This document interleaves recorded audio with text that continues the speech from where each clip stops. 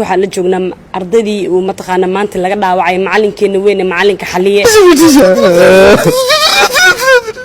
waxa aad iyo aad ula socotaan oo dareemaysan emotionally ka muuqdo dadka iga dambeeya iyo oohinta ay oynayaan yani ay ka muuqato dilitaanka la dilay xaliye yani ka muujinayaan maxay ahay ardaygii ugu horeeyay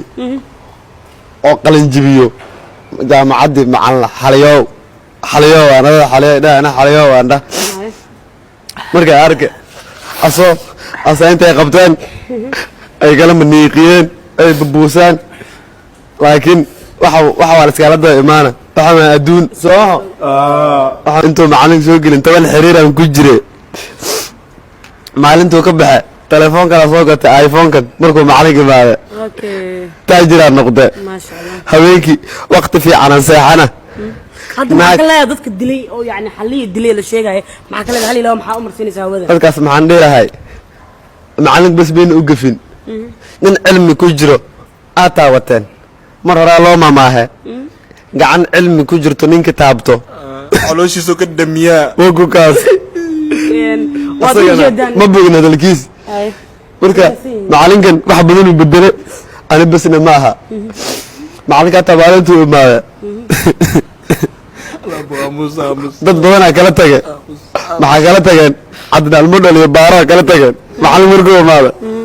ilaa almaash daanyeernimo ka jirtay rasmirays farxaan kala tageen manaal iyo siiga kala tageen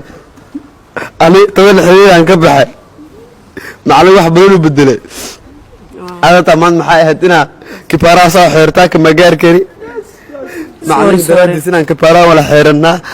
fiicnaan lahayd hadda maxaa leedahay hal laba maxaan dheelahay dadkii macalin wax u geysteen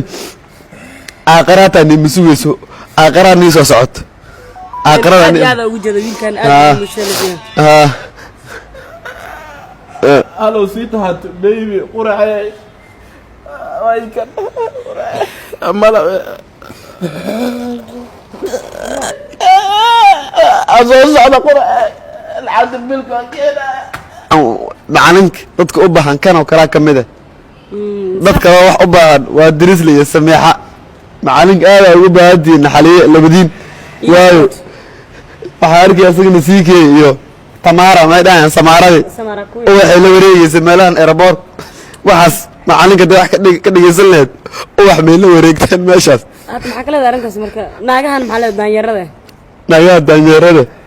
ana macalin korta sibirkiis isoo diraan si lagu geystay gacanta waxaas waan soo sheegay dadka